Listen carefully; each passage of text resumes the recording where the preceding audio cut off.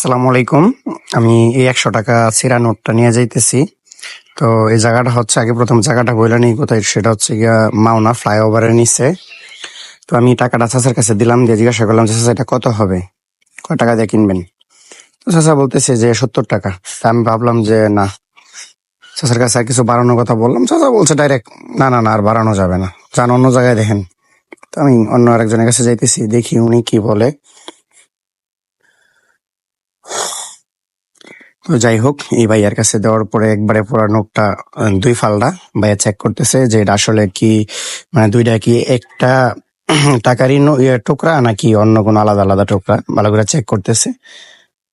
তো চেক করার পরে ভাইয়া বলতেছে যে এটা 80 টাকা। তো আমি বললাম যে আর কিছু বেশি দেওয়া যায় না?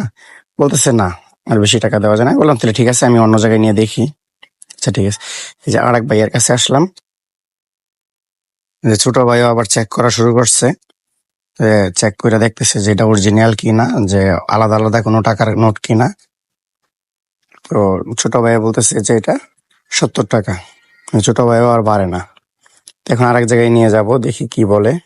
ছোট ভাই মানে 1 টাকাও বেশি দিবে না। ঠিক আছে, আরেক জায়গায় নিয়ে আসছি, দেখি এই জায়গায় কি বলে। এই ভাইয়ারে দিলাম। তো এই দিকটা পুলিশ মামু কিন্তু তাকায় থাকবো, এই যে পুলিশ মামু তাকায় রয়েছে আমার দিকে, অসম্ভব ভাবে তাকায় রয়েছে, একবারে অস্থির ভাবে। পুলিশ মামু দেখতেছে যে আমি ভিডিও করতেছি। তো এই ভাইও কিন্তু 70 টাকা বলছে, 70 টাকার বেশি দিবে না। তো আর কি আর করা যায়, যেহেতু 70 টাকার বেশি দিবে না।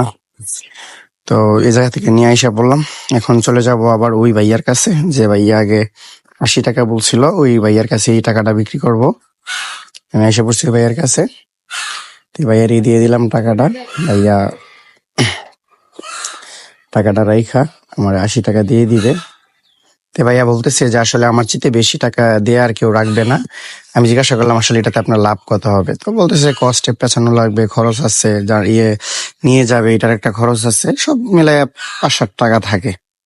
তো যাই হোক, ভাই আমাকে 80 টাকা দিয়ে দিছে, আমি 80 টাকা নিয়ে চলে আসলাম। আর বেশি দিবে না, আর বেশি দিলে নাকি লস হবে।